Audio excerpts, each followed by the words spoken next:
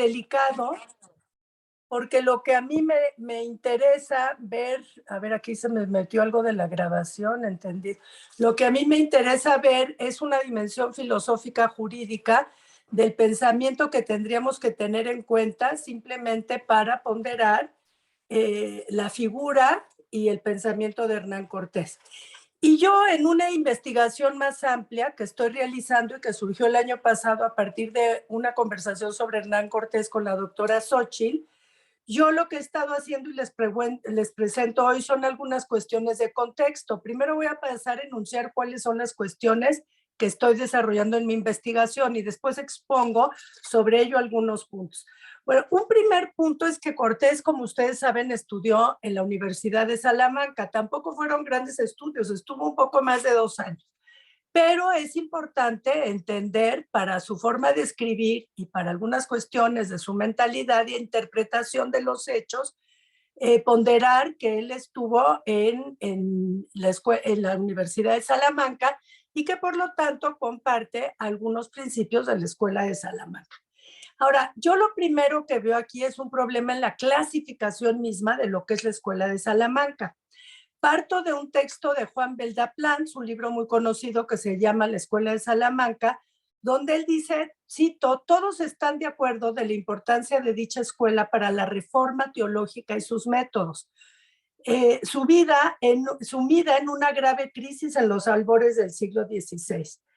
Este prejuicio de pensar que la Escuela de Salamanca es prioritariamente una escuela teológica, que es casi un axioma que la tienen todos los estudiosos, me parece a mí que es un problema, viene desde las tesis de la obra de Martin Grafman y viene de otros autores que yo he estado estudiando, pero el tema es que sí es válido lo que han hecho Juan Beldaplans y algunos otros autores, teniendo como propósito, lo cito a él, estudiar en su conjunto una manera sistemática y coherente el fenómeno histórico-teológico de la Escuela de Salamanca. Nadie dice que eso no se puede hacer, el problema es si lo haces de modo reduccionista y no tienes en cuenta, por ejemplo, la Facultad de Artes, que aquí la doctora Cecilia Sabido es la que se ha dedicado a estudiar el humanismo salmantino del siglo XV y otras posturas claves que me parecen. Luego, ese es un primer punto que yo he estado desarrollando para entender bien esta formación intelectual de Cortés, porque tenemos un problema ahí. Por ejemplo, la formación prioritariamente teológica de Beldaplans y de otros dicen que era una escuela prioritariamente donde el corazón era Tomás de Aquino y la Suma Teológica. Pues sí, pero había 3 cátedras primas, la de Escoto, Nominales y Tomás de Aquino. Y entonces estamos dejando por fuera el tema de la voluntad y algunas otras cuestiones. Esos son problemas que yo veo. Otro problema, a partir del texto de Marcel Bataillon, este extraordinario investigador francés, que se llama Hernán Cortés, autor prohibido, un texto que incluso se publicó en la UNAM en 1956, surge la idea de esta postura prioritariamente medieval de Cortés y viene una tensión entre si es un hombre del Renacimiento o es un hombre de medievo. Él venía de una familia de armas y de letras, o sea que esta tensión además se recrudece con el tema de la milicia, y porque al final de su vida Cortés efectivamente se retira unos años en España y va a estar rodeado de humanistas y va a revisar muchos de los escritos. Entonces, solo estuvo 2 años en Salamanca, estudió gramática latina y derecho, pero hay algunas cuestiones sobre la Escuela de Salamanca y sobre interpretaciones previas del personaje que tendríamos que también revisar. Luego, cuestiones de contexto de Cortés. Primero, la guerra de las comunidades de los comuneros es 1529 y uno tiende a pensar que eso no es importante porque en las cartas de relación Cortés solo habla de por mi rey, por mi Dios, y todo esto es lo que va citando efectivamente. Pero, por ejemplo, datos que hay que tener en cuenta, cuando Cortés sale de Cuba en 19 y llega a Veracruz y funda la Villa Rica de la Veracruz, forma un ayuntamiento, hace que se elijan alcaldías y una serie de cuestiones, y eso es muy republicano y tiene un eco de las comunidades. Entonces, ahí también, para poder interpretar al personaje, tendríamos que tomar en cuenta que no basta con el arsenal de documentos jurídicos y administrativos que presentan algunos, sino que hay que hilar fuerte y fino el sistema jurídico medieval, que es lo que voy a hablar al final, que él hereda, que él asimila, y al mismo tiempo algunos principios del contexto en el que está viviendo que son muy importantes. La presión humanista, por ejemplo, contra las encomiendas va a ser desde el principio. Unos datos importantes, él instaura el pago de los diezmos. Bueno, pues eso es algo muy importante desde el principio. El hecho de que en 1520 se nombró a un monarca extranjero, a Carlos I de Gante, con un consejo flamenco. Esto es una revuelta antimonárquica, la comunera. ¿Eso qué implica? Pues es un tema de fueros de las comunidades de Castilla, y que todo eso y el humanismo italiano deben tomarse en cuenta para entender qué es lo que está pasando al momento de la llegada de Cortés hasta 1521 y 24, que termina la reacción de las cartas más importantes, ¿no? Pero sí, en Veracruz funda municipalidades, un ayuntamiento, una serie de cosas que también tenemos que tener en cuenta, ¿no? Luego, otro punto es el texto de López de Gómara, en donde relata la historia de la conquista. Es un libro posterior, tardío, pero en donde se tiene, es la primera gran interpretación de Cortés, y se tienen una serie de loas a Cortés, en donde se habla de la intervención del apóstol Santiago, que él fue el primer promotor del mestizaje, que finalmente es la primera autoridad como capitán general que aplica en México, pues sí, las reglas de órdenes militares españolas, que es cierto, pero habría que ver cuáles y por qué. Muchas cosas que se involucran antes de hacer un juicio, que, como los que se ha venido haciendo actualmente por las celebraciones en la historia de México y por las autoridades políticas que han dado en presentar una postura maniquea.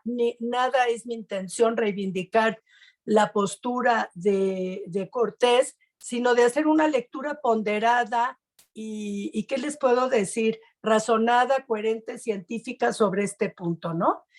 Es verdad que en las cartas buscan el oro y la plata, piden más beneficios para los conquistadores y encomenderos, y que él emula sus gestas por López Gómara, sobre todo la interpretación, como una gesta romanesca, y como pues todo esto de Marco Aurelio, etcétera, ¿no? Eso no hay la menor duda. Pero estos puntos son claves para entrar en una investigación que aportemos los filósofos más fina sobre la filosofía jurídica de la época, ¿no? Un último punto es la Guerra de Granada, que no podemos dejarla. Este tema para la noción de beneficio y vasallaje, en lo que va a pasar en América, es clave. Hay autores como Manuel Lázaro Pulido que dicen que ha habido un exceso de interpretación de la España musulmana y que se ha borrado lo previo. Tiene razón, Isidoro de Sevilla es el que consolida todo, pero no podemos soslayar la emulación del fenómeno que hay del hecho entre la conquista, que es reconquista de cristiandad de la Nueva España sobre la Gran Tenochtitlán, con la Guerra de Granada. Empezó en 1484 con los Reyes Católicos, una reconquista que duró 10 años, cuando finalmente, cuando se descubre América, Boabdil entrega la Alhambra. Pero esto lo tenemos que tener muy claro, y entrar en temas de protestas populares de la España musulmana, porque mucho de la identidad y autonomía del ala andaluz va a ser un imaginario que va a seguir presente ahí. Piensen ustedes que para los musulmanes el Islam es el perfecto unificador y la base de su cultura, y esta formación de la reconquista como una ideología fue reforzada muy fuerte por el Vaticano. El Papa hizo muy popular el tema de la piedad a Santiago Apóstol, el camino de Santiago de Compostela, su peregrinación hacia la tumba del apóstol fueron muy fuertes y se buscaba una unidad de la iglesia y los cristianos contra el Islam. Entonces, esos años previos son claves, esa década previa, porque la iglesia propone como misión universal un proceso de reconquista y tenemos que entender esto y de reconquista masiva, de unificación, cuando están surgiendo los estados. Y ahí tenemos que entender esa fuerza de la cristiandad contra el Islam, que es algo que va a tener un eco en América, es ya sabido, ¿no? Ahora, el punto clave es si esa reconquista es propicia una mentalidad feudal. Estamos justo en el fin de la dinastía Nasri, cuando en 1492, y qué repercusiones ideológicas de reconquista va a tener en América. Es un debate clave, ¿no? Ahí López de Gómez es muy importante. Hay que decir que los dominicos fueron los que siempre se opusieron tenazmente a la idea de reconquista. Y pues ver al final cuáles son los principios claves que se van a intervenir en la reconquista, ahora sí la denomino así, de América, ¿no? Eso es una reconquista entre infieles y la cristiandad. Bueno, pues se involucran que en esa Son 5 época minutos. los valores fundamentales eran la acumulación de oro, plata y metales, el control del Estado sobre las actividades económicas, el exclusivismo español colonial, lo que ya conocemos como unidad de creda, lengua y gobierno a pesar de las diferencias, hablar siempre en derecho, se ha perdido el valor de los canonistas, Vitoria posicionado, el discurso filosófico, jurídico y teológico, y la idea de vasallaje y tutela, la idea de servo, y esta de reconquista que ya la mencioné. Bueno, esos son los elementos para tener en cuenta las cartas que son 5 de Hernán Cortés. La primera, como sabemos, es una carta perdida que García y Casbalceta la reconstruyó y que está absorbida en la verdadera historia de las cosas de la Nueva España de Bernardino de Sahagún. Entonces, hay que releer las cartas, hay que ver su estructura. La primera está perdida, pero intertextualmente se recupera. La segunda es la que expone ya la belleza de México Tenochtitlán y es la que ya tiene presentado pues la captura de Moctezuma, que es una pifia que sucede con Cortés. Hay hechos inexplicables, inaceptables. La batalla de la Noche Triste, todo esto que también es un eco importantísimo en la personalidad del militar. Y luego la tercera carta, el avance del ejército en 1522 y la caída de la Gran Tenochtitlán. Ese es otro momento paradigmático porque hoy se presenta Tenochtitlán como toda América y tenemos que entender ahí otra vez, ahora el contexto es desde América, ¿qué es Tenochtitlán? Porque queda fuera muchas otras cosas, Michoacán y cantidad. Allí se ha dado una interpretación absoluta y absolutamente abstracta de algo que no fue así, ¿no? Y ahí lo podemos ver en la tercera carta. Cortés incluso da un mapa. La cuarta es clave para saber si Cortés es un hombre medieval, renacentista o cómo podemos ponderarlo. Porque ahí en 1524 da los planes de la urbanización de la ciudad. Debemos a Cortés el trato del centro de la Ciudad de México y es un trazo renacentista, no es un trazo medieval, a pesar de que las calles son por gremios, ¿no? El de los cocineros, el de tal. Quinta carta ya es en Tenochtitlán y ahí vemos al verdadero personaje. Vuelve sobre sus planes de expediciones. Cortés, antes que nada, es un explorador. Y eso es lo que tendríamos que ver, cómo eso le refleja sus hazañas, cuáles son sus acciones en el tiempo y seguir desde ahí su vida, comenzar por la vida y después por su propuesta jurídica. Datos claves, su propuesta de pago de diezmos desde el principio, es el seguimiento de algunos puntos de las tablas alfonsinas, pero mucho la idea renacentista de exploración. cuando Cortés regresa a España, va a la fallida campaña de Argel. O sea, nunca deja el tema clave y desde ahí tendríamos que ver esa idea renacentista de explorar. Bueno, yo lo dejo, Ceci, para no quitarle el tiempo a mis colegas y esta es la investigación que estoy realizando y pues espero recibir sus comentarios para poderla potenciar. Gracias. Muy interesante, de verdad. Muchísimas gracias, doctora Virginia Aspe. Le damos entonces la palabra al doctor Antolín Sánchez Cuervo. Muchas gracias. Pues muy buenos días a todos y a todas y muchas gracias, Cecilia, por tu coordinación y moderación y un saludo cordial también al resto de colegas de la mesa. Un placer reencontrarme con Virginia Aspe y con María Martín y conocer también al doctor José Luis González. Bueno, el título de mi ponencia en realidad alude a dos ponencias y yo me voy a centrar en la primera parte del título, en esa transición, esa continuidad entreverada también con pequeñas rupturas entre la conquista de Al-Ándalus y la conquista de las Indias. Además, pues Virginia ya ha hecho algunas alusiones a esta cuestión que me permiten también entrar directamente en el tema. Quiero decir unas palabras sobre esta continuidad a manera de una arqueología quizá un tanto olvidada de la conquista de América. Bueno, la conquista de América obviamente no fue un acontecimiento proyectado desde la nada, sino que maduró a partir de una experiencia previa como había sido la Guerra de Granada, a la que aludía ahora Virginia Aspe, y de una manera más general la propia conquista de Al-Ándalus, o reconquista, como se prefiera denominar. Al-Ándalus ya saben que es el término con el que se identifica a la península ibérica bajo el dominio del Islam.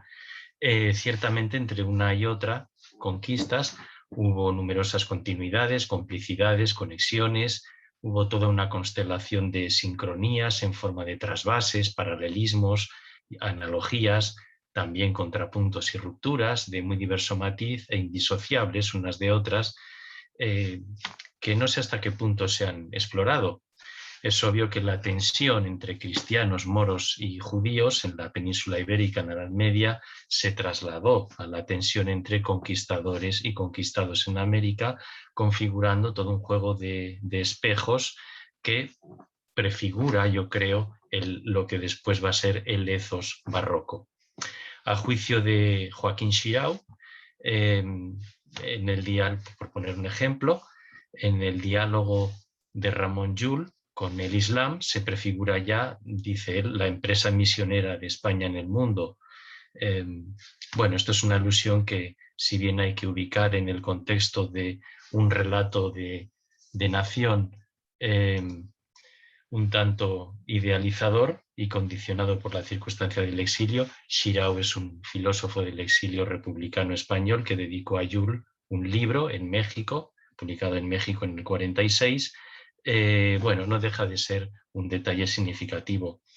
Y un relato menos idealizador sobre los orígenes del humanismo hispánico, y que también se desarrolló bajo la influencia del exilio, es el que podríamos encontrar en la obra de Américo Castro, también un filólogo, historiador del exilio republicano exiliado, en este caso en Estados Unidos. Su arqueología de la identidad hispánica en clave pluricultural, sin la lente armonicista de Xirau, no llegó, sin embargo, a proyectarse de una manera clara y sistematizada en los estudios sobre la conquista de América. No llegó a proyectarse en el ámbito de los estudios novohispanos, más allá de algunas referencias más o menos puntuales, como por ejemplo un ensayo que dedicó a Las Casas a propósito de su origen judío. Bueno, es precisamente esta proyección, quizá un tanto incompleta o irrealizada, lo que da pie a la pregunta por las conexiones entre la conquista de Al-Ándalus y la conquista de las Indias, entre la experiencia peninsular de la supuesta convivencia entre cristianos, moros y judíos durante varios siglos, finalmente liquidada por los reyes católicos, y la matizada tolerancia ante las formas de vida indígenas invocada por algunos misioneros en medio de un proceso violento como es el de la conquista que se inicia en 1492. Bueno, pues la pregunta que yo haría sería ¿cuál podría ser la proyección americana de esta arqueología que hizo Américo Castro en clave pluricultural de la identidad hispánica, tanto en sus dimensiones constructivas, en lo que tiene que ver con el sincretismo, la tolerancia ante lo diferente, el pluralismo, como destructivas, el dominio definitivo de la casta cristiana, plasmado en la creación de un Estado teocrático, homogéneo y absolutista, como era el de los Reyes Católicos, cómo se proyecta esto en la conquista de América.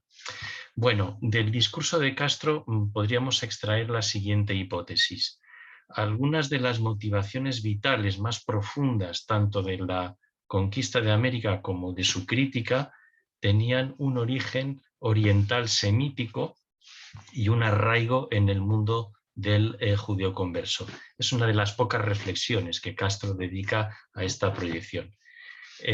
A su juicio, el sentido eminentemente religioso de la conquista y de la simbiosis entre Estado e Iglesia que lo sostenía sería para Castro un rasgo de origen oriental, que la casta cristiana habría imitado y adoptado de las castas rivales, judía y árabe, para su propio provecho. La conquista de América sería obra, en este sentido, de un imperio semitizado, dice él, lo cual, dicho sea de paso, marcaría desde el principio abismales diferencias respecto de la colonización de América del Norte. Y bueno, esto ya sería otro tema. Fuera de la órbita castriana, hay dos estudios de referencia que creo que pueden ofrecernos numerosas pistas sobre esta cuestión de manera más pormenorizada. Tal sería el caso de un clásico contemporáneo como es la Historia del Nuevo Mundo, en dos volúmenes gruesos, de Carmen Bernand y Sergei Grudzinski, y de un estudio más reciente y más acotado de Hernán Taboada, titulado La sombra del Islam en la conquista de América. Bueno, si nos asomamos a estos trabajos, podemos comprobar que una de las motivaciones concretas principales de la conquista de América fue la presión del Islam en la Europa del siglo XV, materiada en los avances del Imperio Otomano y la toma de Constantinopla en 1453, sobre el trasfondo de un conflicto intercivilizatorio entre la cristiandad y el Islam, en la que la experiencia de la frontera será muy relevante. El acoso de los turcos va a imponer un desvío de energías de Oriente a Occidente como estrategia política de búsqueda de recursos que puedan financiar la guerra contra el Islam, reformular la idea de cruzada o guerra santa, reconquistar Jerusalén y sostener a la Europa cristiana. En un ambiente mesiánico e incluso apocalíptico como el que impregna el occidente cristiano del siglo XV, el Islam incluso se identifica con el anticristo, siendo este temor la justificación teológico-político inicial de la guerra en autores nada menos que como Ginés de Sepúlveda. En medio de este ambiente mesiánico en el que no dejan de circular profecías de todo tipo, se acentúa también el sentido providencialista del llamado descubrimiento, el cual es interpretado como una señal providente del favor de Dios que ofrece la posibilidad de una evangelización masiva y una expansión global del cristianismo. El llamado Nuevo Mundo como fuente de recursos, no ya materiales o económico-militares, sino también espirituales y como salvación para una Europa amenazada, influirá de hecho en la obra de Campanella de Monarquía Hispánica, si es que las misiones jesuitas no llegan a influir, que es posible, en su Ciudad del Sol. Bueno, hay en todo caso una proyección en el indio americano de ese otro extraño, hostil y temido, personificado en el musulmán. Y análoga proyección van a tener otras situaciones y acontecimientos peninsulares una vez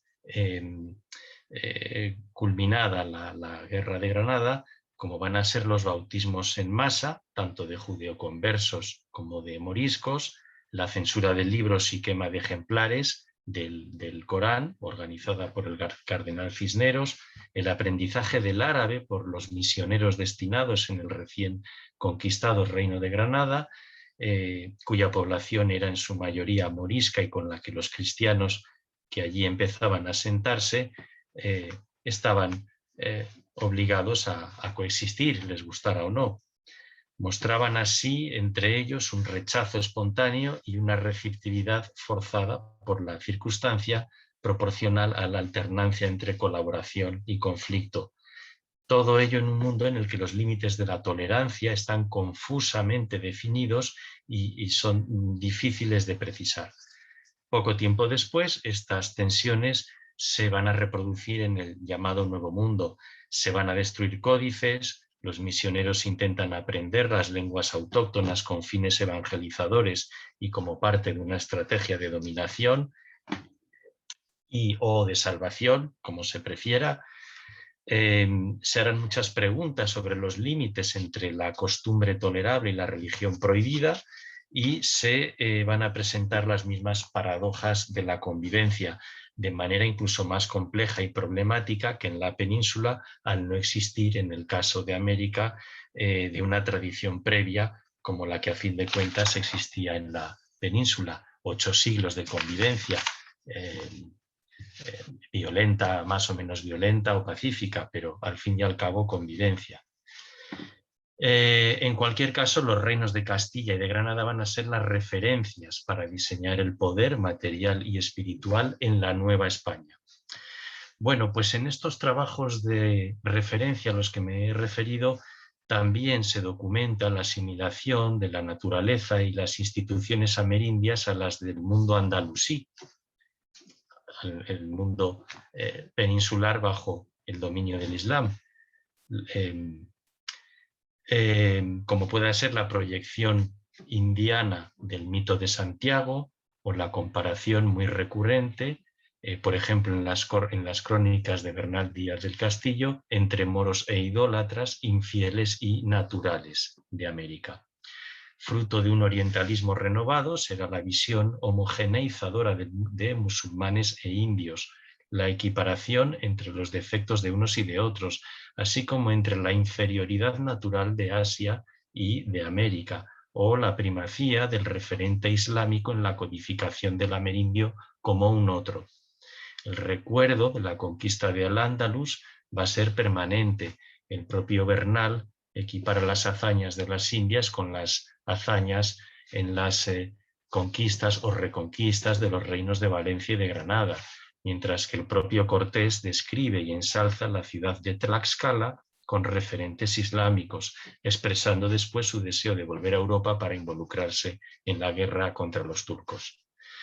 Otros ejemplos que podrían multiplicarse son los de Vasco de Quiroga o del primer virrey de la Nueva España, Antonio de Mendoza, quienes se habían experimentado en la pugna con el Islam antes de llegar a América. Y con el paso del tiempo, una identificación negativa entre la hibridación entre el cristiano y el moro por una parte, el blanco y el indio por otra, se va a hacer presente además en el imaginario criollo, alcanzando expresiones paradigmáticas siglos después, por ejemplo, en una obra como la de Sarmiento. Bien, pues sobre el trasfondo de este rápido acopio de conexiones y analogías, que podríamos detallar mucho más, Yo voy a formular 3 hipótesis generales sobre la conexión entre ambos procesos de conquista. Solamente los voy a formular, ya no voy a entrar en ellos, simplemente los enumero. La primera hipótesis sería el antisemitismo y la islamofobia medievales como prefiguraciones de la reducción de los pueblos originarios de América. La segunda hipótesis sería la común imposición del castellano como lengua del imperio en una y otra orilla, con la consiguiente proscripción del árabe y del hebreo y la reducción de las lenguas amerindias. No olvidemos que en el mismo año del mismo 1492 se publica la gramática de Antonio Nebrija, que empieza con esa célebre frase aludiendo a la lengua del imperio, etc. Y en tercer lugar, la tercera hipótesis sería la de la tolerancia intercastiza medieval, la tolerancia entre cristianos, moros y judíos, como prefiguración de la tolerancia ante las formas de vida indígenas. Aquí podríamos enlazar con las casas, por ejemplo. Bueno, simplemente las enuncio y muchas gracias por vuestra atención. Muchísimas gracias, doctora Antolín. La verdad, tengo mucho interés en seguir el desarrollo de esas hipótesis. Verdaderamente ha sido una exposición muy, muy interesante. Le agradezco muchísimo. Y le doy la palabra a la doctora María Martín. Me da muchísimo gusto recibirla en este foro y que nos acompañe esta mañana. Adelante. Buenos días a todos y naturalmente pues mi primer saludo para la Asociación Filosófica de México y mi saludo también pues para las compañeras Cecilia Sabido, también la profesora Xochitl López y un saludo pues para los compañeros que estamos en esta mesa. Y nada, inicio ya. Bueno, la pretensión, el objetivo así de esta pequeña intervención, bueno, pues sería, como ha dicho la profesora Virginia Aspes, nos situamos en la actualidad en un debate sobre lo que es la Escuela de Salamanca, está en revisión el concepto, la etiqueta histórica, y quizá ¿no? una de esas revisiones se está poniendo en juego si no se habría enfatizado demasiado el tomismo, porque entre otras cosas eso nos hace pensar que autores que no fueran del todo tomistas, pues si podrían entrar o no. Entonces, un poco mi hipótesis es pensar que a lo mejor se ha enfatizado demasiado y que en alguna de las teorías claves, como por ejemplo fue la defensa del indio, estaría más bien marcada por un aristotelismo y en ese sentido pues es un poco lo que quisiera presentar, ¿no? Para estos intereses vamos a partir de aquel sermón de Montesinos de 1511 en el que criticaba tanto el proceder del gobierno como la conversión y civilización de los indios. Porque el discurso de Montesinos, bajo mi punto de vista, nos sitúa en el punto central del debate de la conquista. Al preguntar a los encomenderos si acaso creen que los indios no son hombres o no tienen ánimas racionales, nos está revelando esa sospecha, que los españoles justificaban sus acciones desde el convencimiento de que aquellos habitantes de América no eran verdaderos seres humanos. Desde esta consideración se entiende la apología que algunos de ellos hacían de la guerra y de la esclavitud. La teoría de la esclavitud natural no era nueva. Aristóteles había dejado por escrito en ese primer libro de su Política, concretamente en el capítulo primero relativo al origen del Estado y de la sociedad, que la naturaleza, teniendo en cuenta la necesidad de la conservación, ha creado a unos seres para mandar y a otros para obedecer, y ha querido que el ser dotado de razón y de previsión mande como dueño, así como también que el ser capaz por sus facultades corporales de ejecutar las órdenes obedezca como esclavo.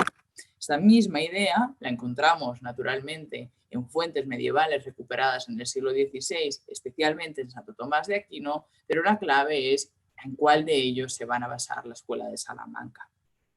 En cualquier caso, tomando esta idea de Aristóteles, la conclusión que los españoles partidarios de la conquista obtuvieron de esta máxima aristotélica no podía ser para ellos más evidente en la práctica. Los españoles, que ellos mismos se entendían vigorosos y fornidos y dotados de razón, debían comportarse como esos dueños, en tanto que los indios, endebles y enfermizos, debían obedecer como esclavos. En la sociedad renacentista del siglo XVI se mantenía, además de la esclavitud natural, dos definiciones clásicas de ser humano que seguramente justificaban también todo el discurso a favor de la conquista. La primera de esas definiciones, provenientes de la filosofía griega, consideraba al ser humano como un ser dotado de logos, esto es, de razón y de entendimiento, y esa caracterización singularizaba al ser humano como un ser racional en el que se inscribía un comportamiento lógico conforme a la ley natural.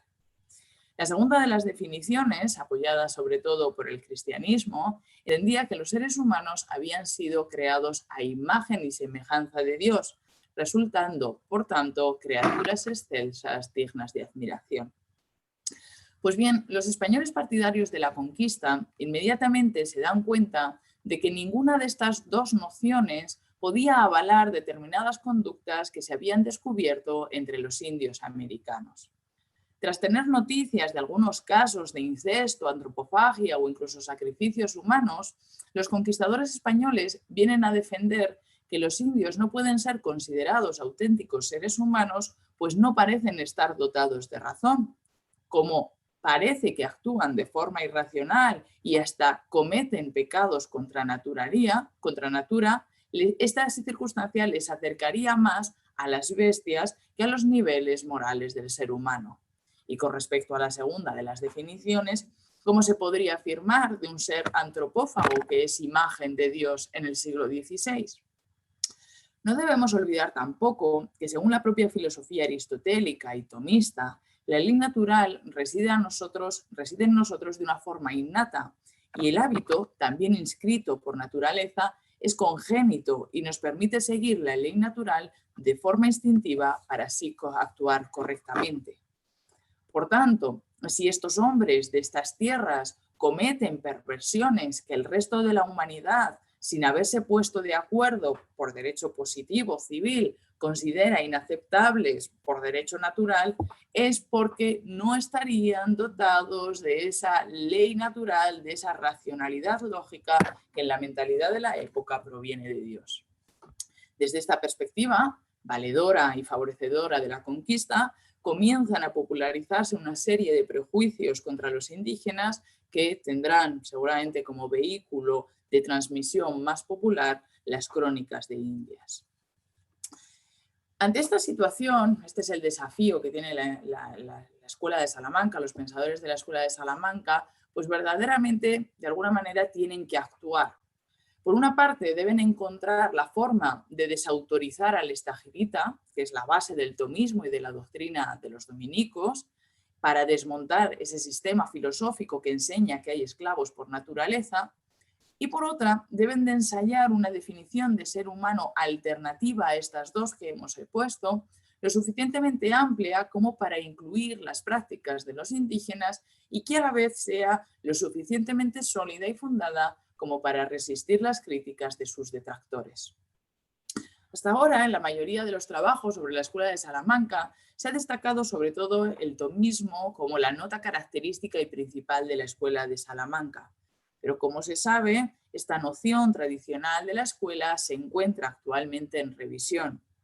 Por eso, quizá, sin negar el tomismo, no debe hablarse únicamente de ese tomismo exclusivo. En el caso que nos ocupa, sería más bien una recuperación del aristotelismo. Y es que a la hora de ofrecer una fundamentación filosófica y de derecho moral, los miembros de la Escuela de Salamanca van a basarse en la misma doctrina de Aristóteles que también enseñaba en el primer libro, capítulo 1 de la política, que también podría haber una definición del ser humano alternativa en la que se dijera que el ser humano es un ser social, zoon politikon por naturaleza.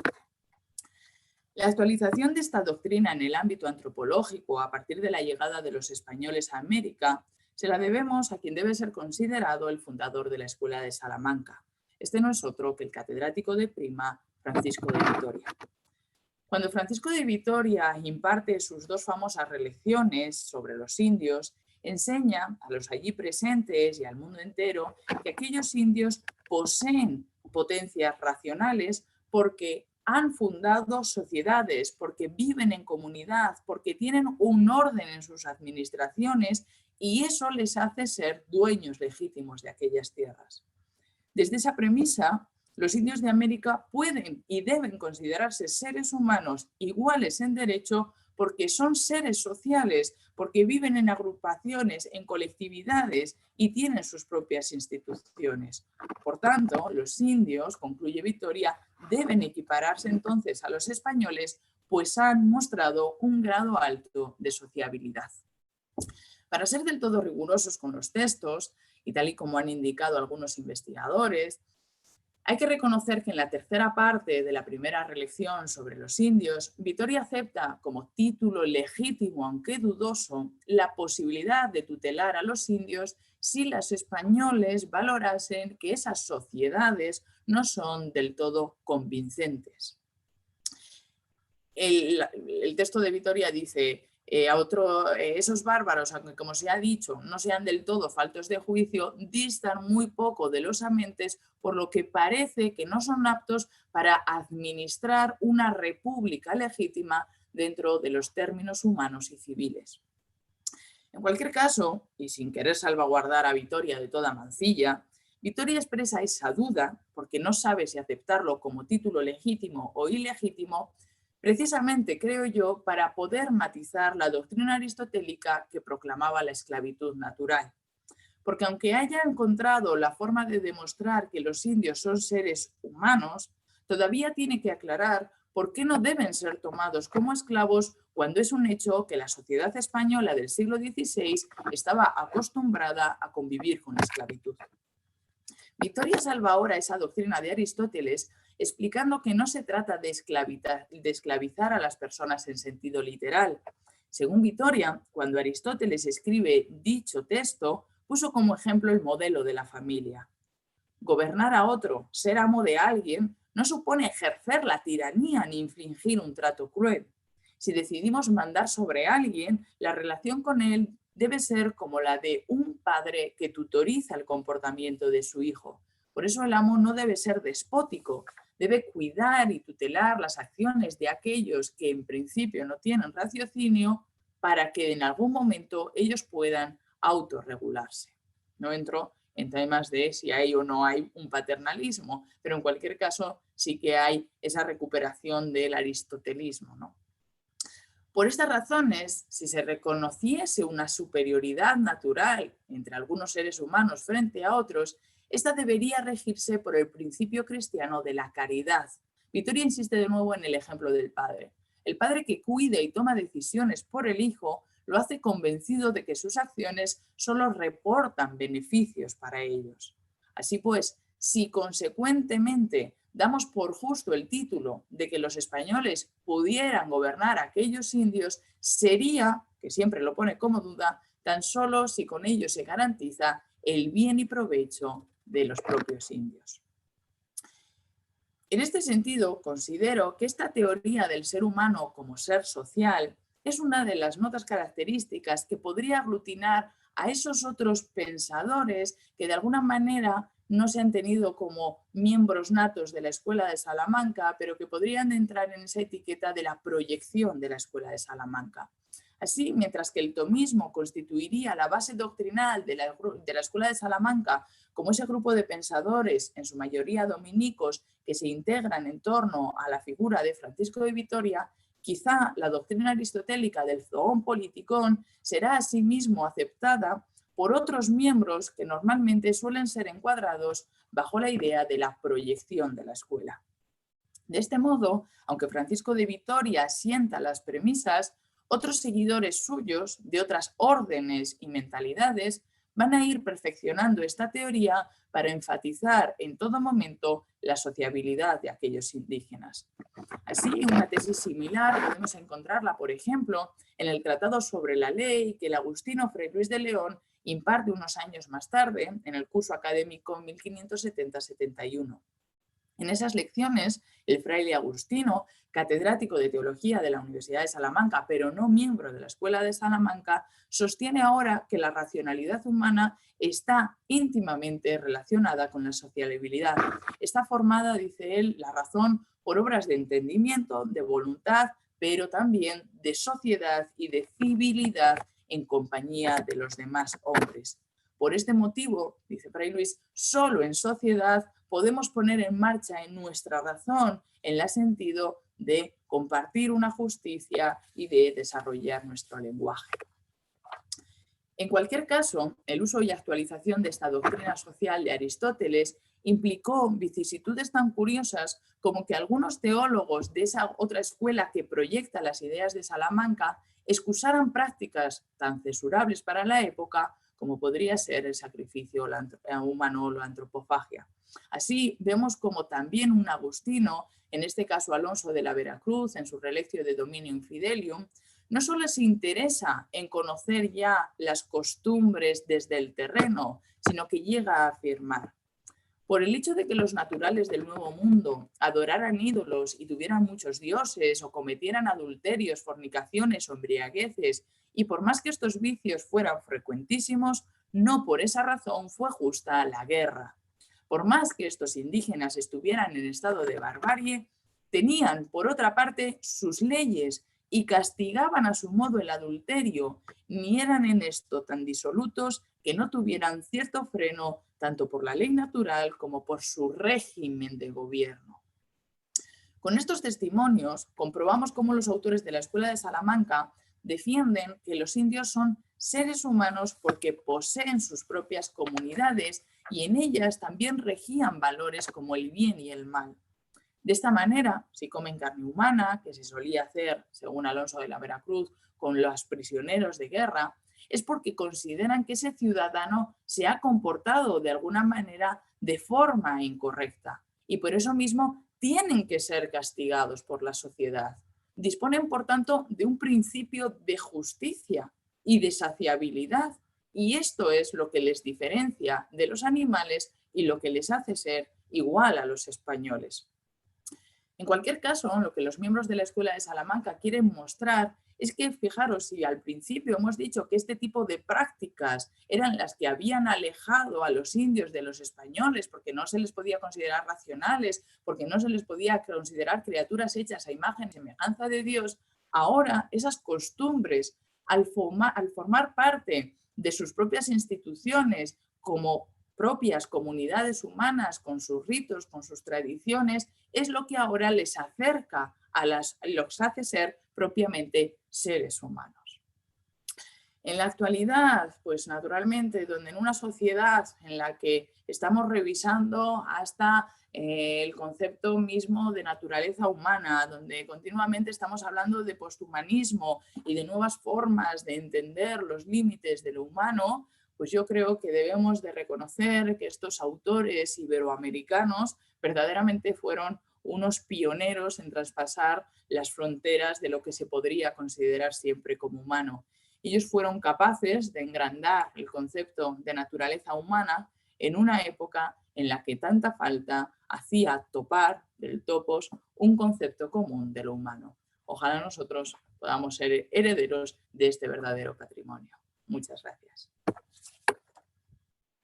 Muchísimas gracias, María, por tu exposición. Yo además estoy profundamente de acuerdo con esta vuelta al aristotelismo, como sabes, ¿no? Esta influencia del aristotelismo me parece sumamente relevante en la formación de Salamanca, de la Escuela de Salamanca y en las discusiones. Muchísimas gracias.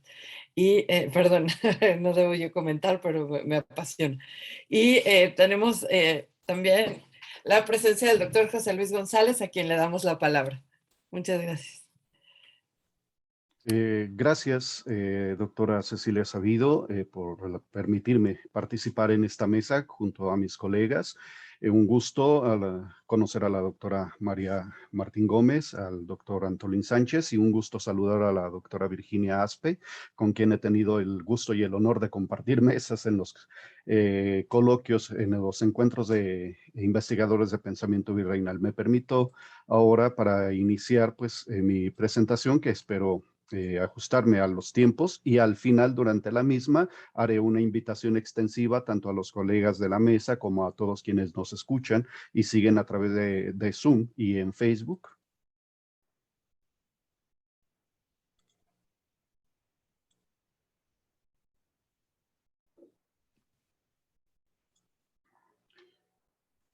Bien, yo les presento algo que tiene que ver con una derivación de mi tesis de doctoral en Humanidades por la Universidad de Guadalajara, que se titula La afirmación de la libertad en la filosofía jesuita, específicamente el caso de Pedro de Fonseca, que he seguido junto con otros autores también de ibéricos y alguno que otro no ibérico.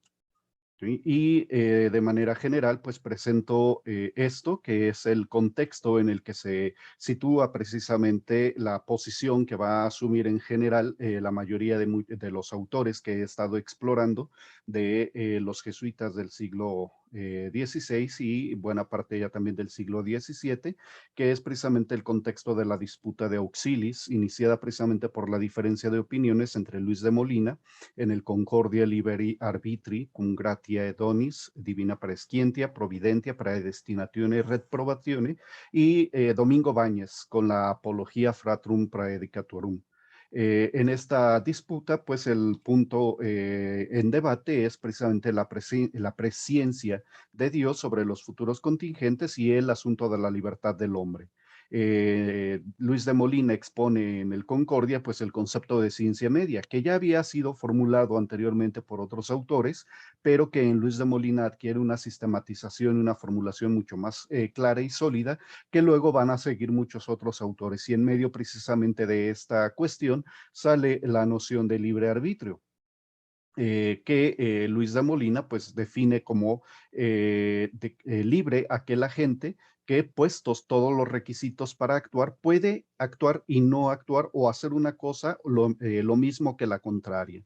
Esta distinción pues es lo que luego vamos a conocer como la libertad de contradicción y de contrariedad, pero Luis de Molina pues señala que es libre aquel que, puestos todos los requisitos, tanto en el interior, es decir, todas las deliberaciones que realiza el intelecto e incluso también la concepción del objeto como un bien, puesto todo eso, incluso ahí el agente libre puede decidir actuar de forma contraria. Y mucho de esto lo hemos rastreado también en otros autores que señalaré un poco más adelante, frente a la definición de Domingo Báñez, que expone en su apología, definiendo el libre arbitrio como la facultad del intelecto y de la voluntad de actuar o de no actuar, de perseguir una cosa u otra, haciendo omisión precisamente de esta condición de puestos todos los requisitos para. Parece que es en parte el punto central precisamente de la disputa, porque la definición de Luis de Molina parece rechazar la noción de premoción divina que van a sostener mucho los autores que van a seguir luego a Domingo Báñez. En ese sentido, pues bueno, nuestra atención se ha centrado un poco más en la posición de los autores jesuitas, en particular muchos ibéricos, entre ellos precisamente el autor del que voy a mencionar algunos aspectos un tanto generales porque su obra es muy amplia. Otro aspecto también del contexto es precisamente la reforma protestante iniciada por Martín Lutero.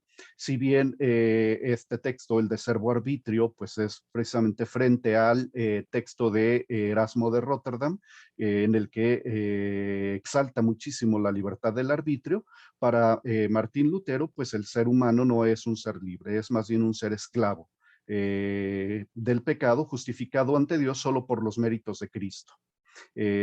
Martín Lutero y luego otros autores como Calvino, por ejemplo, en las instituciones de la religión cristiana, o Felipe Melanchthon, van a señalar que el hombre está despojado de sus fuerzas naturales para la verdad y el bien. Y si pueden elegir dentro del mundo material contingente en el que se sitúa la vida del hombre pecador, es solamente en relación a los fines inmediatos, pero eso no es expresión de una verdadera libertad, porque las facultades de las fuerzas naturales humanas están corrompidas precisamente por el pecado. También tomamos en consideración, precisamente para la investigación sobre autores jesuitas, pues la espiritualidad primaria de la compañía, apostolado y misión. Eso lo podemos rastrear o lo hemos podido rastrear a partir de los diferentes escritos de Ignacio de Loyola, especialmente en los ejercicios espirituales, así también como en su autobiografía y en la constitución de la Compañía de Jesús, las reglas. Donde en el fondo encontramos pues esta noción del amor a Dios como piedad y el amor al prójimo como caridad, lo que exige precisamente una entrega amorosa del ser humano, y esta entrega amorosa solamente puede serlo si es libre, una entrega libre. De tal manera entonces que el asunto de la libertad empieza a ser una cuestión muy debatida y muy comentada en el periodo que va de mediados finales del siglo XVI. Hemos rastreado la discusión hasta el siglo XVIII mediados, desde distintos ámbitos, tanto el filosófico como el teológico. En lo que hemos podido explorar, especialmente en el pensamiento de Pedro de Fonseca, pues las fuentes de la defensa jesuita del libre arbitrio son estas. Primero, la escritura, es decir, buscan mucho el sustento bíblico, tanto en el Antiguo como en el Nuevo Testamento. Especialmente objeto de debate, pues fueron las cartas de San Pablo, en las que también se apoyaba Martín Lutero para negar la libertad del arbitrio humano, y hay ahí una tensión muy fuerte por la interpretación de la escritura, que viene además acicateada por las relecturas y las traducciones que luego hacen muchos de los autores del humanismo renacentistas, siglo XVI, cuando empieza a hacer una revisión de la traducción de la Biblia Vulgata. Por otro lado, también encontramos pues la influencia de los doctores de la Iglesia y padres de la Iglesia, y pues en particular San Agustín.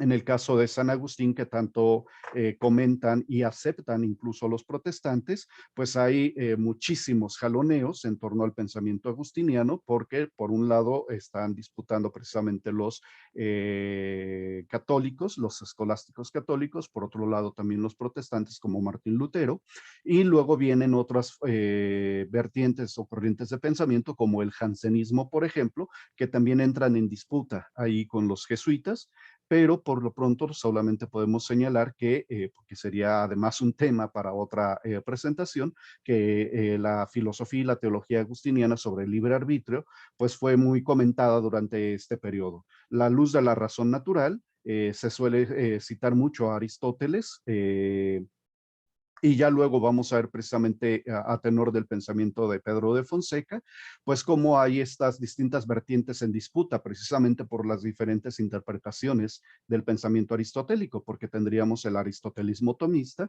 pero también tendríamos el aristotelismo escotista, y con el advenimiento ya del pensamiento de Francisco Suárez, de la metafísica de Francisco Suárez, pues tendríamos ahí un aristotelismo suareciano.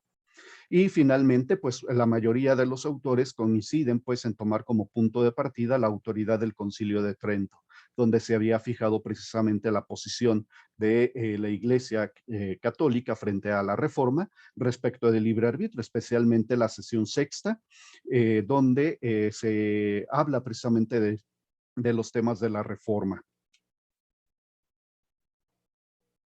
Lo que hemos podido indagar a tenor de del pensamiento jesuita, pues nos ha permitido buscar el problema del libre arbitrio en dos niveles distintos. Primero, el filosófico, perdón, que nos remite mucho a los comentarios de metafísica, de física y de psicología, especialmente siguiendo a Aristóteles, pero en algunos puntos, pues también guardando ciertas distancias respecto del filósofo de esta gira.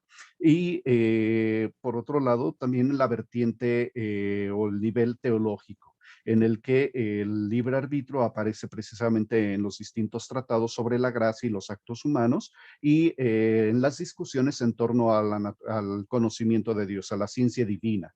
Esto nos remite precisamente al problema de la ciencia media, que va a ser también un objeto de discusión por muchos teólogos, pero nuestro centro, al menos en esta aproximación a los autores de la congregación de la compañía, pues nos vamos a remitir muchísimo más a sus tratados de metafísica, a sus cursos de metafísica, a sus cursos de física y a los comentarios al De Anima de Aristóteles.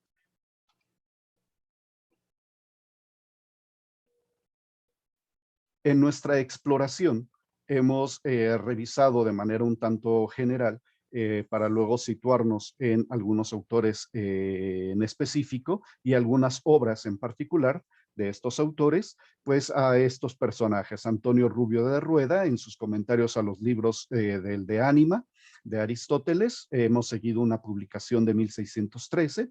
De Francisco de Oviedo hemos seguido sus cursus filosóficos, en particular el que trata precisamente del alma y el de la metafísica. De Francisco Suárez, pues hemos seguido en términos filosóficos las disputaciones metafísicas, en particular la disputa 19, en la que pues hemos explorado precisamente la fundamentación metafísica de la libertad de las potencias del alma espiritual, en particular la potencia petitiva.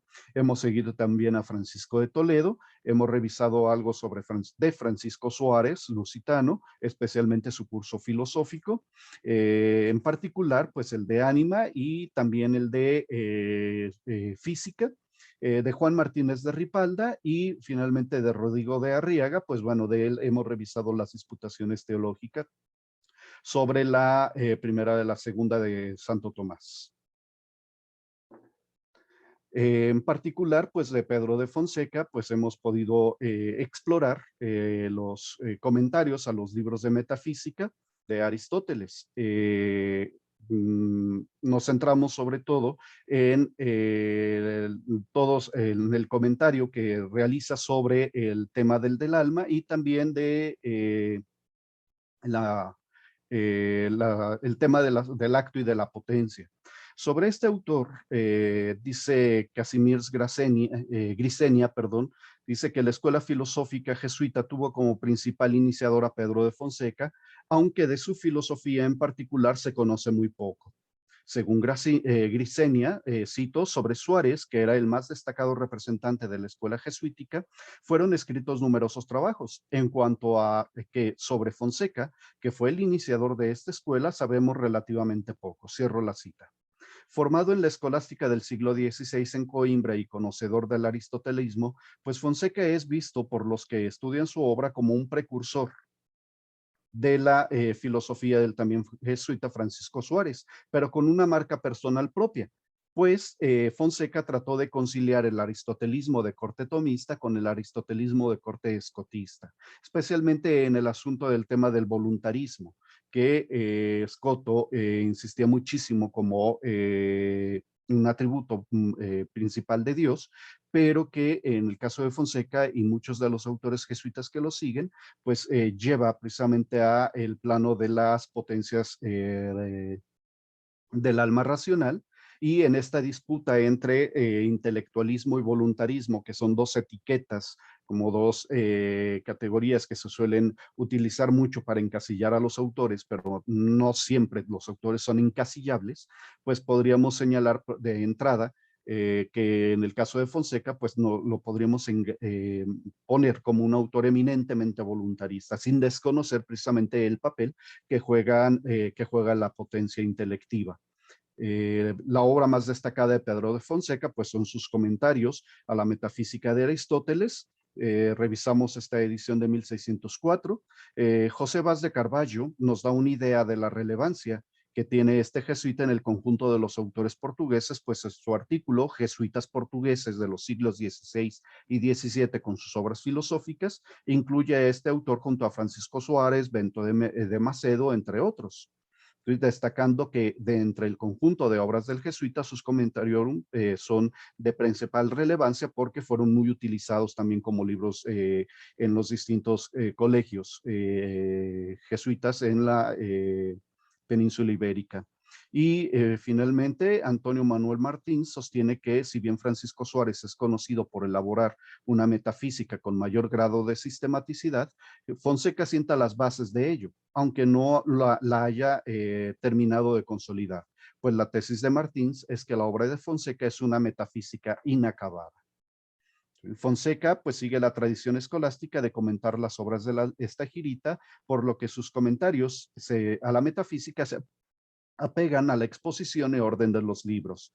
Hace una traducción de los pasajes en latín, del griego al latín que va a comentar, y agrega glosas que describen o aclaran los conceptos de contenidos en ello.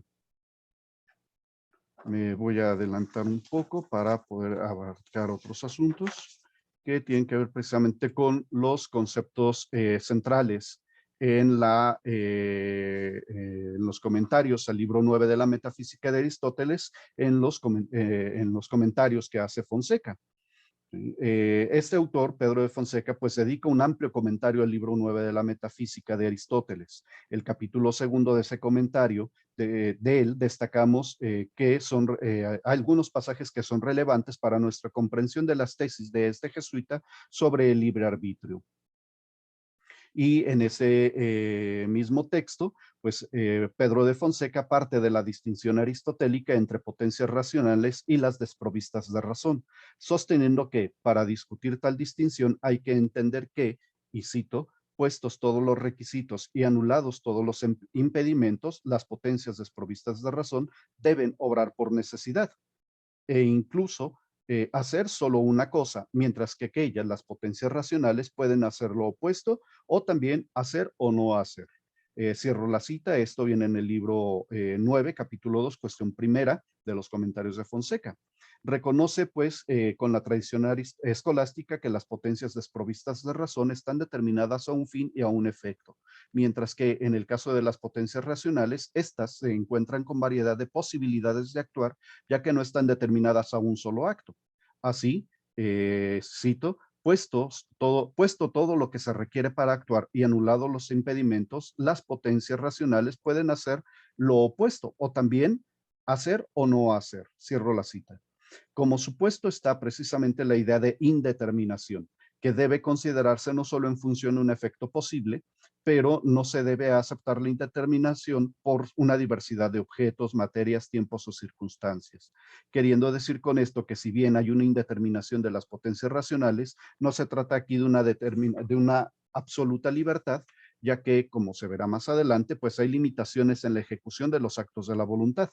El término indeterminación parece implicar además que la voluntad de la gente puede suspender su propio acto una vez tomada una decisión. En ese sentido, lo que hemos podido explorar, no solamente en Pedro de Fonseca, sino en otros autores, es que insisten muchísimo en la capacidad precisamente de la voluntad para poder suspender sus actos, incluso aún con el influjo divino, es decir, con el auxilio de la gracia.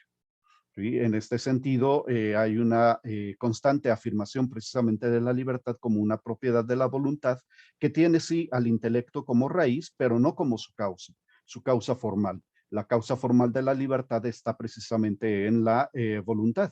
De entre todas las formas de libertad que exploran muchísimo los autores de esta época, la libertad de servidumbre, la libertad de coacción, la libertad de contrariedad, la libertad de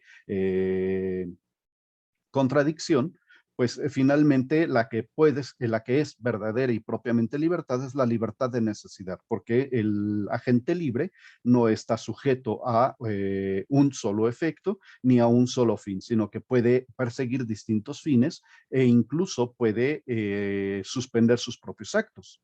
El caso de Pedro de Fonseca nos remite a una reflexión muy profunda acerca de la relación que tiene la causa segunda, que posee libre arbitrio, ¿sí? Por el concurso de las operaciones de la facultad apetitiva y de la intelectiva, respecto de la causa primera. Si bien respecto de la causa primera, pues hay una relación de dependencia ontológica, no respecto de las operaciones que realiza la causa segunda como agente libre, pues son propias de este. Y en ese sentido, pues Pedro de Fonseca va a insistir muchísimo en que es la voluntad precisamente la que determina las potencias, las demás potencias racionales. Dice el jesuita, cito, por lo tanto, Como la voluntad sola determina las potencias racionales en la medida del ejercicio de hacer o no hacer, como se ha probado, resulta necesario que ella sola sea la que determine a aquellas mismas en la medida de la especie de cada acto libre. Cierro la cita. Esto viene en el libro 9, capítulo 2, cuestión segunda. Y uno de los primeros actos de la voluntad, en tanto es libre formalmente, es la elección. Si es posible la elección en tanto que la voluntad no está determinada a uno, entonces se puede decir que es efectivamente libre.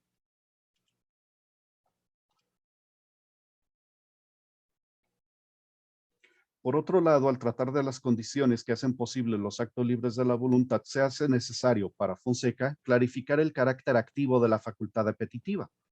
Esto debido a la diferenciación establecida por Aristóteles en la metafísica entre las potencias pasivas y las potencias activas, es decir, entre potencias pacientes y potencias agentes. Ambas pueden darse en una misma sustancia, aunque en distintas formas. Tomás de Aquino analizaba ya esta distinción y señalaba que las potencias que son pasivas poseen por naturaleza su propio principio de movimiento y no proceden de sus actos.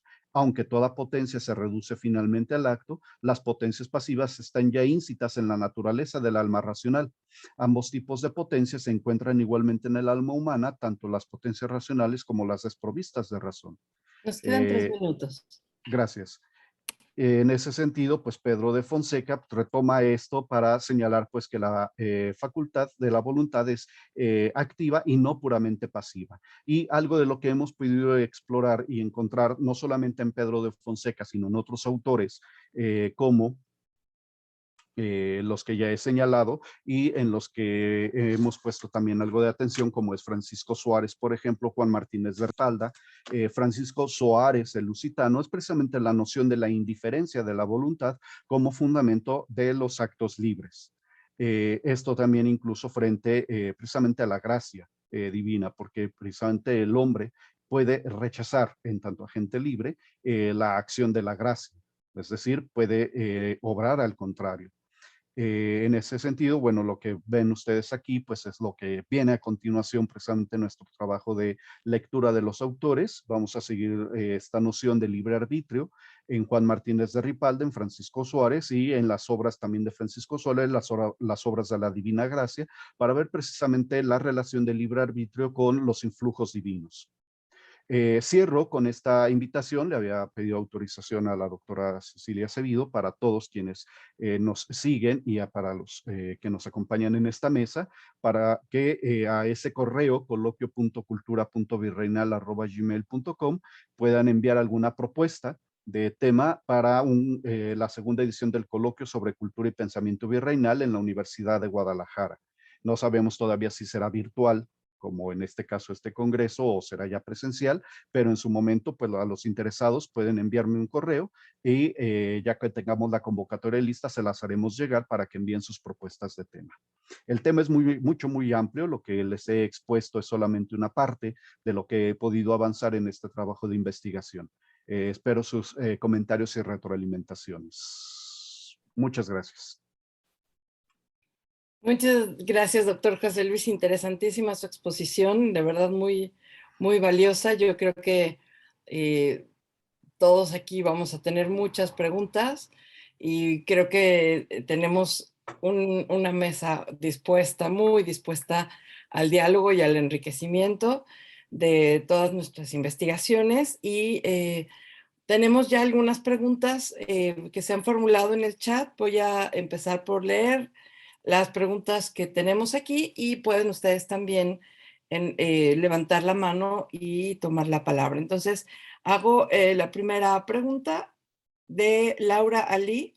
Nos pregunta, qué interesante la influencia del aristotelismo en la reinterpretación del indio como ser social. ¿Hay alguna influencia bíblica en esa idea de ser humano? Por ejemplo, la lectura que hay en la época sobre el Génesis.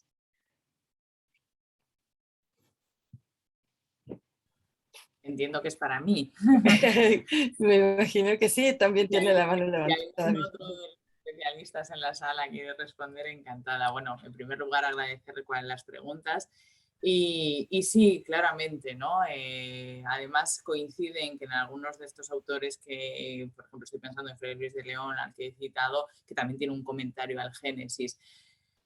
Con toda seguridad, entre otras cosas, porque claro, se retoma esa idea de que el hombre no puede vivir solo, de que necesita a la mujer, de que el mismo Dios reconoce esa sociabilidad, esa naturaleza, de que el hombre en solitario no puede vivir.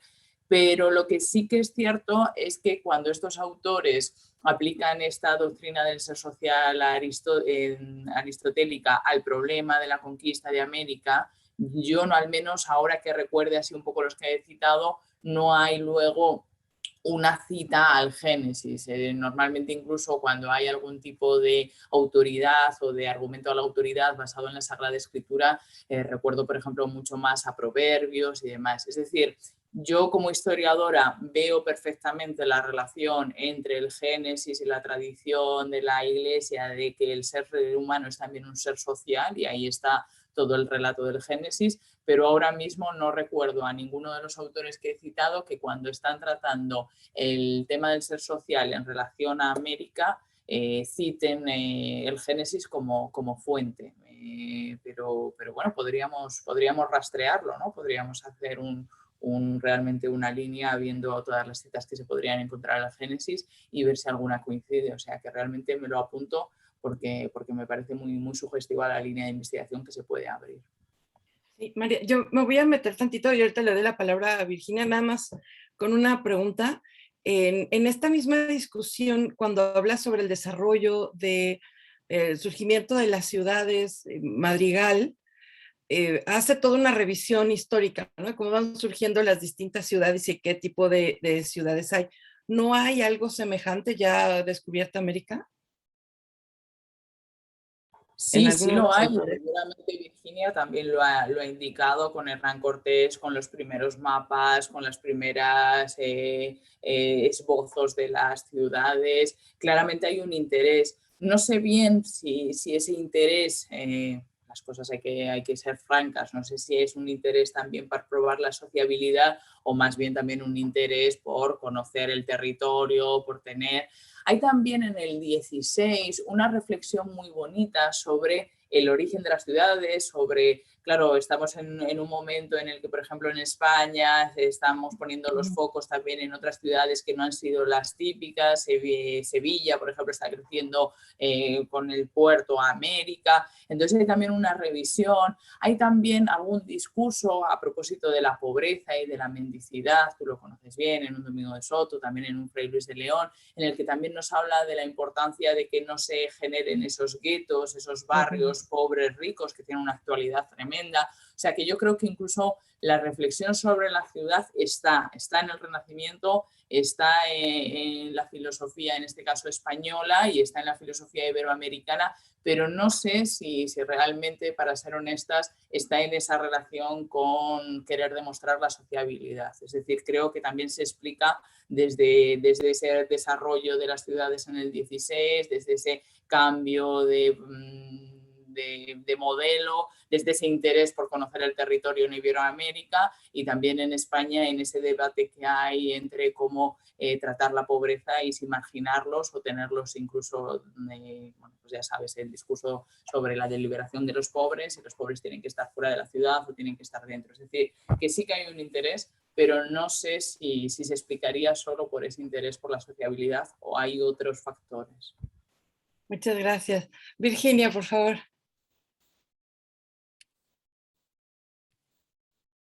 Tu micrófono está cerrado. Lo primero, ¿ya se oye? Sí.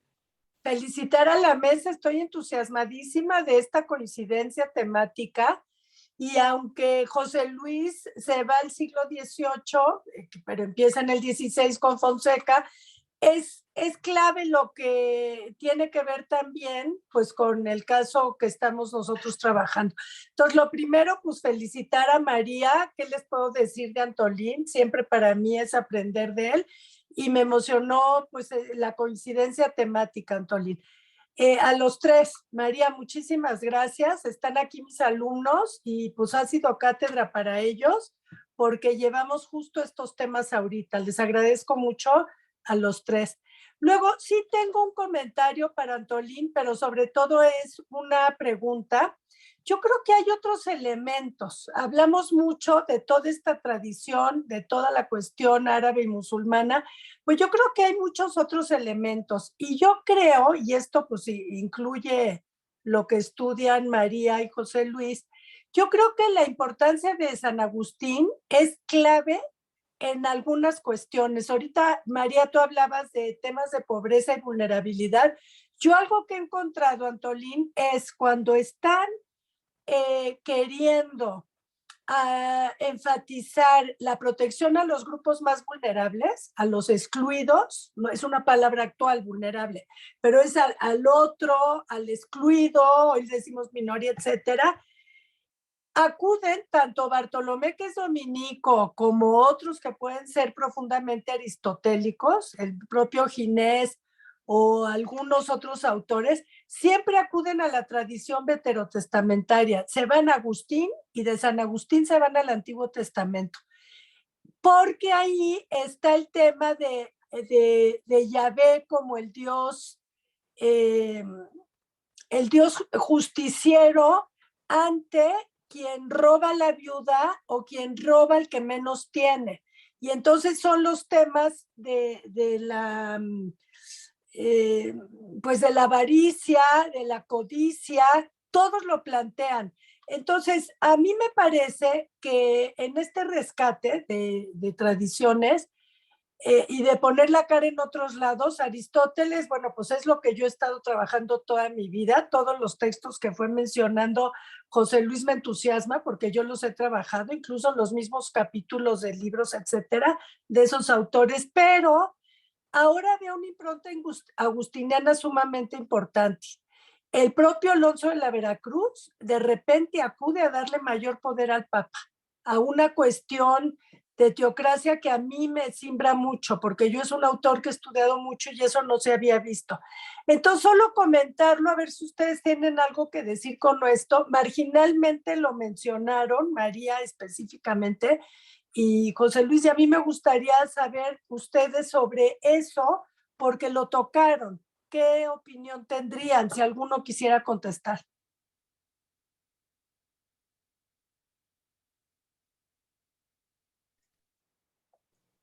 Adelante, doctora María Martín, si gusta.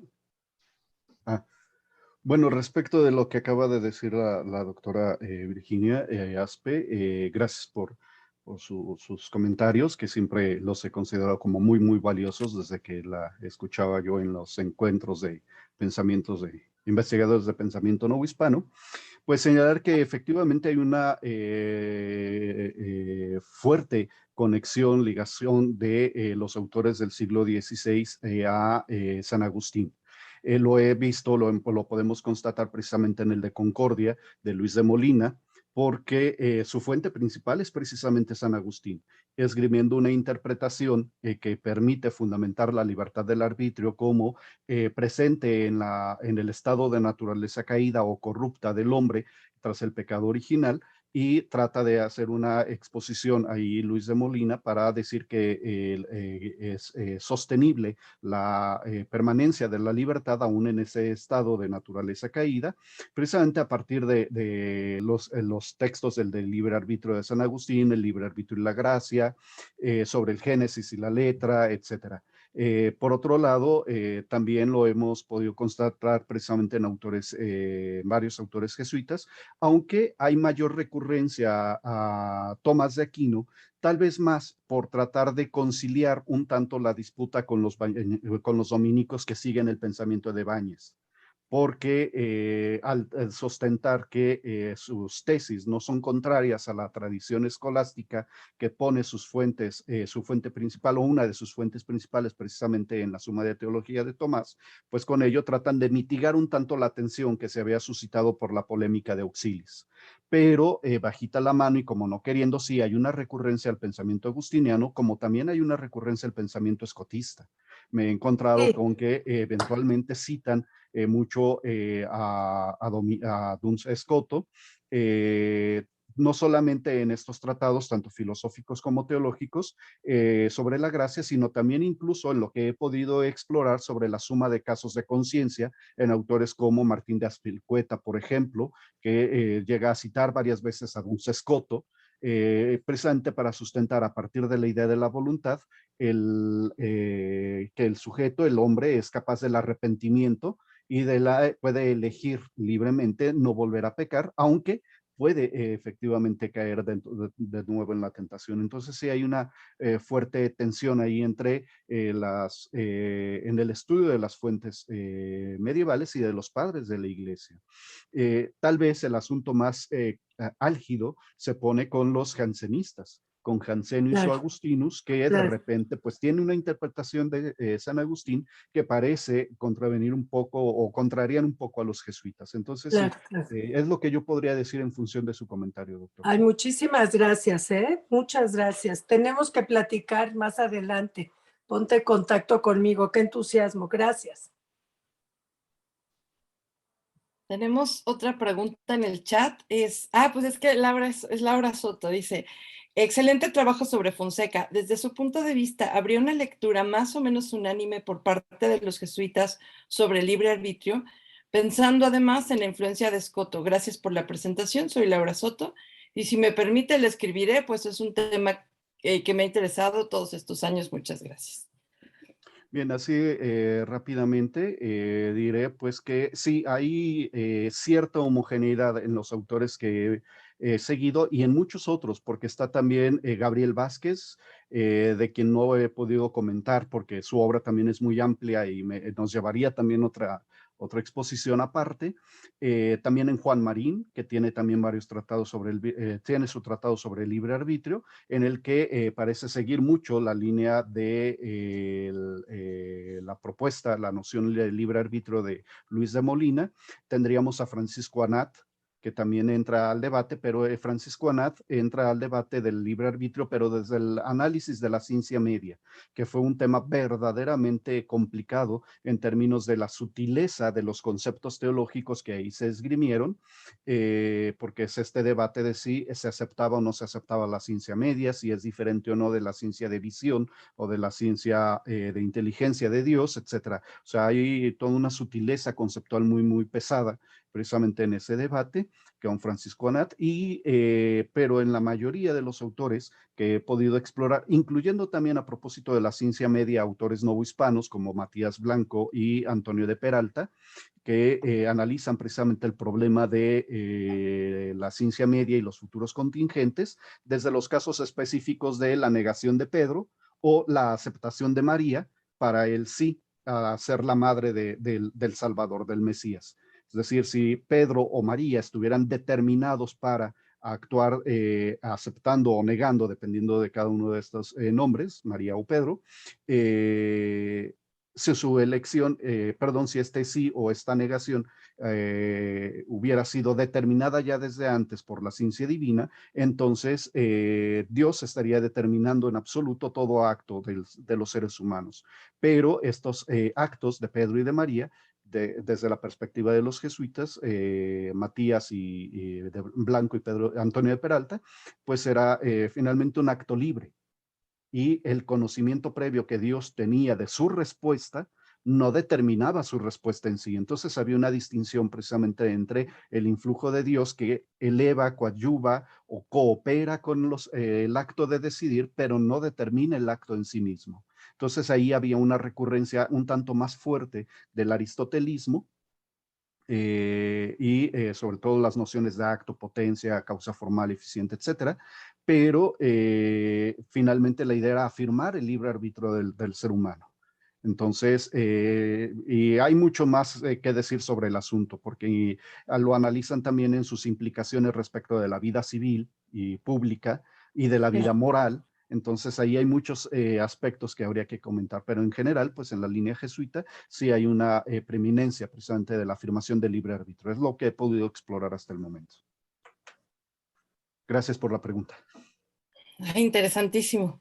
No sé si alguien más tenga una pregunta. Yo tengo una por ahí, entonces, si nadie más se lanza, me lanzo yo. Bueno, pues me atrevo. Entonces, una pregunta, comentario que quería hacerle a la doctora Aspe, porque precisamente a partir de una lectura que en realidad es de un jesuita del siglo XVIII, había yo también, así es, Cabo, que está haciendo una historia de la Nueva España, que titula Historia de México. Justo cuando voy leyendo los pasajes de Cortés, me surge una idea muy semejante a esta interpretación que presentas hoy, en la que encuentro un Cortés, pues, que está ensayando una nueva posibilidad política y no tanto pues, la opción por apoyar al emperador o por vincular su conquista al emperador. Es un movimiento político diplomático que después va a generar también una serie de tensiones que se resolverán después en el virreinato.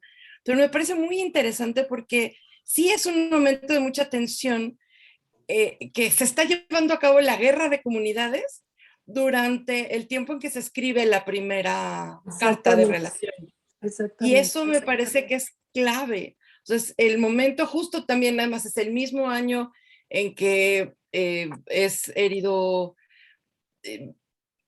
Íñigo de Loyola, ¿no? Es 1521, es herido Íñigo de Loyola. Es decir, son fechas muy convulsas en las que la misma representación de el imperio como gobierno para España está completamente en tensión, y la opción de hacer una política completamente nueva, me parece ahí que está... y yo lo que te quería preguntar es, ¿qué opinas de esta idea que planteaba yo en un documento reciente con este punto de vista, en el que le importa más a Cortés en ese momento la autoridad que le representan los soldados con quienes está trabajando directamente, que la potestad que en un momento dado pueda recibir directamente del emperador, cuyo poder es en ese momento bastante dudoso y mucho más lejano, ¿no? Bueno, es que tu pregunta es justo la clave, es el corazón de lo que yo estoy buscando. Mira, yo parto de un texto de un autor mexicano, el cual solo me parece un punto de partida. Dos autores me parecen claves para el estado de la cuestión, del tema de Cortés. Uno es el de Alfonso Mendiola, que es un investigador historiador de la Ibero, que se titula Bernal Díaz del Castillo, Verdad romanesca, verdad historiográfica. Entonces, este autor lo que hace es, en vez de estar en el pleito entre si es medieval o es renacentista Cortés y los suyos, como es Bernal Díaz, que es un soldado cronista, lo que hace es decir, hay una dimensión romanesca en la interpretación, que pasa en el humanismo de la época, la tradición latina, se interpretan como gestas, la conquista como una gran gesta y todo esto que luego van a criticar los liberales y que lo dice también Carmen Rovira, por ejemplo, por un lado. Y por otro lado, aquí hay un hombre de renacimiento. El link con la guerra de las comunidades no lo he encontrado y por eso yo creo que esto es relevante, Ceci, lo que tú ves y lo que yo he expuesto aquí, porque sí hay también un Cortés, a decirlo con cuidado el término republicano, pero sí, es alguien de ayuntamiento y municipalidades. Y que está, y se prueba en la fundación de la Villa Rica de la Veracruz. O sea, esto no es una interpretación eufórica. Hay algo ahí en donde tuvo mucho conflicto con los soldados, pero siempre son sus interlocutores. Tampoco decir que solo hizo aceptarlos, ¿no? Hay textos. ¿Esto qué me prueba, Ceci Cara Cortés? Que las 5 cartas de relación se prueba una evolución en Cortés y que empieza con estos valores de comunidades y que paulatinamente va haciendo más crudo y más violento el discurso. Y eso prueba que al final lo que triunfa es la subordinación al rey para tener un poder y poder llevar a cabo la conquista en 21, pero sobre todo, porque ahí todavía es dudoso, pero sobre todo la organización colonial, que responde mucho al ideario de Cortés. Esto tampoco se dice. El trato de la ciudad no es solo el trato, urbano de la ciudad como renacentista no es solo algo estético. ¿Me explico? Responde a un ideario de fondo y eso es lo que tenemos que ver el trato porque además está sobre la Gran Tenochtitlán. O sea, es el valor que quieres que impere, ¿no? Entonces, sí creo que yo lo que voy a proponer es una evolución en las cartas. Eso es basado en todo lo que dije, una evolución en las cartas. Creo que la preponderancia cristiana que tienen no es medieval. Es que ahora todo lo católico le llaman medieval y yo digo, bueno, pues entonces yo he de ser medieval. No, no es eso. O sea, el señor tenía eso, pero eso lo tenía un Descartes en el siglo XVII. ¿De qué hablan? Eso no lo hace medieval, ¿no? Entonces, esa impronta de cristiandad es una impronta que responde a muchas cuestiones renacentistas. Es lo único que yo también diría. No quiero hacer de él solo un hombre renacentista, pero sí creo que hay un plan y un proyecto y que hay que entenderlo. Y la otra es que hay que quitar los anacronismos. Hay una cantidad de juicios anacrónicos en este tema lamentable. Entonces yo simplemente voy a exhibir, no voy a tomar partido en nada, pero creo que hay que profundizar mucho más en el contexto y en la propuesta. Esa sería mi respuesta, Ceci. Muchísimas gracias, Vir. Bueno, todavía tenemos tiempo para alguna pregunta más. Un par de preguntas incluso.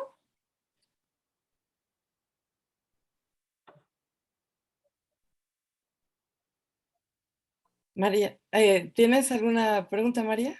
Sí, muchas gracias. Que no sabía, no encuentro ahora en la pregunta. La manita.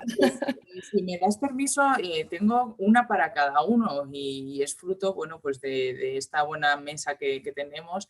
Entonces, comienzo por orden. En un momento dado, la profesora Virginia Aspe, al principio, sobre todo de la ponencia, dijo que una de las hipótesis que trabajaba era algo así como la presión del humanismo renacentista, sobre todo en el tema de, a ver, lo tengo por aquí apuntado, de la presión humanista en las encomiendas de Cortés, es decir, como que Cortés estaba algo así como presionado, entiendo que por su propia formación renacentista, humanista o por otros, la verdad que eso me interesa bastante, ¿no? O sea, que si pudiera yo explicar un poquito esa primera frase que me dejó toda atenta.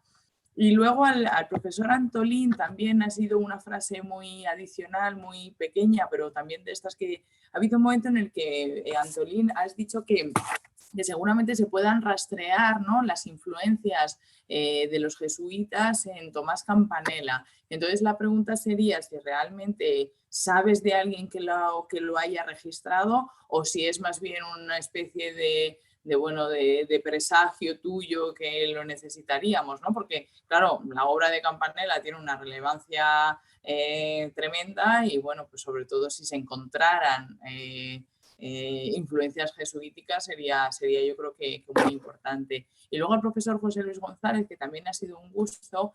En algún momento hemos dicho que su trabajo se para en el siglo XVIII. ¿Es porque usted cree que a partir del siglo XVIII la polémica de Auxilis ya no tiene el desarrollo? Porque sabe usted bien que está esa disputa, hasta dónde lleva la propia disputa.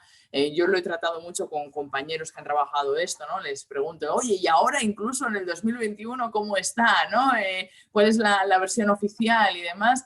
Entonces, ¿usted considera que en el 19-20 de alguna manera, o sea, que si en el 18 se cierra o simplemente que se acalla. Pues me gustaría saber su opinión porque bueno, es algo que yo sí, ya, bueno, pues ya lo digo, yo creo que es una polémica que está hoy día y que de alguna manera está un poco en desuso, pero está presente. Termino. Muchísimas gracias. María, muchas gracias. Paso a contestar en orden. Fíjate que es un tema clave. Yo creo que ahí hay también mucho anacronismo y que por eso hablo mucho de contexto.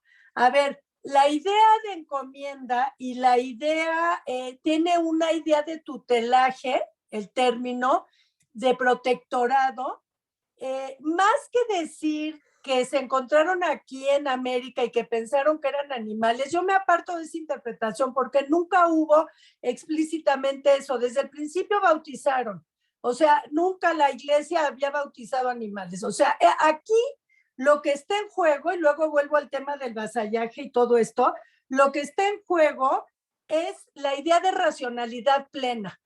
Son cuasi monos, dice Sepúlveda, Amentes, o las casas, incluso el gran defensor, son como niños, y esto se sigue. Entonces, lo que está es un término aristotélico, esto te va a gustar, María, que es la noción de timos griego. El timos es garra, espíritu libertario, es un pueblo que por naturaleza nace sometido. Esta sería un poco la interpretación. Entonces, ahí yo creo que lo que hay que entender, porque muchas veces somos anacrónicos en la noción de esclavitud, incluso la aristotélica, porque lo que Aristóteles en toda la ética y la metafísica dice que todos los hombres nacen inclinados al bien o a la verdad. Aquí el punto es que por naturaleza algunos pueblos nacen para ser gobernados y algunos hombres también. Pero eso no quiere decir que les quiten la libertad, sino que no tienen esto. No tienen, en México decimos garra y enjundia, María, que es espíritu libertario. Carecen de la posibilidad de lo que tú defendiste, de poderse autogobernar en civilidad en la ciudad. Y por eso hay hombres que por naturaleza tienen que estar sometidos en la ciudad. Porque acuérdate que el planteamiento lo hace de modo prepolítico. Esos hombres están fuera de la ciudad, pero no quiere decir que los excluya, están en el mundo de la economía, de lo doméstico. Bueno, eso por un lado. Entonces, ahí el tema que está en juego es la racionalidad plena. Solo decirte algo, los son politicón, que me encantó tu ponencia, y el tema de la ciudad y la sociedad. Por ejemplo, Montesquieu y todos los naturalistas contra América, a los que se opone Clavijero en el siglo XVIII, un jesuita, quitan ese criterio y dicen, no, cualquiera hace cosas de comunidad y garabatos, aún los animales. A ver, lo importante no es si tenían trazos toscos, organización, porque puede ser incluso tribal, sino lo importante es si tienen algunas cosas de fondo, de otra vez, la racionalidad plena. Entonces, vuelvo a tu pregunta. La idea de vasallaje española, la idea, ustedes, tú y Antolín lo saben mejor que yo, y de siervo, es más propia que la de esclavo por naturaleza, aunque por naturaleza se entienda, sí, pero hay que entender en Aristóteles qué quiere decir por naturaleza, es falta de autodominio y autogobierno en el individuo, en la comunidad. Entonces, yo creo que ahí sí hay una impronta medieval, para que veas. Estuve revisando para esta ponencia mucho Alfonso X el Sabio, las tablas alfonsinas, como esta idea de vasallaje y de servidumbre, que también puede tener un eco de lo que habló Antolín y yo, que había que revisarlo en el mundo árabe, ¿no? Pero creo que es más tutelar. Eso no obsta para que sea meritoria, ni para que, porque quita la igualdad y quita el derecho de propiedad y muchas cosas, y además se carga el tributo. O sea, tiene muchos errores, pero no entendamos las cosas como el esclavo con cadenas y todo esto que es anacrónico. Yo nada más creo que en Cortés, ahí sí hay, me gusta tu pregunta porque sí hay un rasgo que me parece que viene de los fueros ibéricos, del derecho ibérico medieval. Eso diría yo, María, a reserva de que tú y Antolín me aporten algo más. No, María, no es un presagio mío, mis presagios son mucho más banales. Es una sugerencia que creo que se hace en la historia del Nuevo Mundo de Bernard y Grudzinski, o bien en esa historia o bien en el otro trabajo, La sombra del Islam en la conquista de América. Lo voy a comprobar. Sí comprobé la otra alusión de la alusión al Nuevo Mundo de Monarquía Hispánica, pero este de las misiones jesuitas en la Ciudad del Sol lo voy a comprobar. Pero, en fin, lo he tomado de estos trabajos. Y muchas gracias por la pregunta y a todos y todas, porque sí, realmente ha sido una mesa interesantísima y yo he aprendido mucho. Muchísimas gracias, doctor. Bueno, tenemos ya el tiempo encima, ya son 10:48, tenemos que terminar. La verdad ha sido una plática fantástica, una mesa increíble, de muchísimo aprendizaje para todos, y les agradezco, ha sido verdaderamente un honor. De esas veces que se siente uno muy orgulloso de haber decidido ser filósofo y estudiar estos temas para poder estar aquí. Muchísimas gracias. Y bueno, pues a los participantes y al auditorio los invito a la siguiente plática, que será a partir de las 11. Tenemos la mesa número 5. Y bueno, pues los invito a que nos acompañen. Recuerden que el link de Zoom es solamente para quienes estamos en la mesa, y que a los demás los podemos invitar a partir de el Facebook, que en esta ocasión sí está funcionando, el Facebook Live. Ahí está el enlace. Cualquier cosa, con mucho gusto se los puedo compartir, y que aquí estaremos también al pendiente para escucharlos. Y pues muchas gracias a todos. Nos vemos.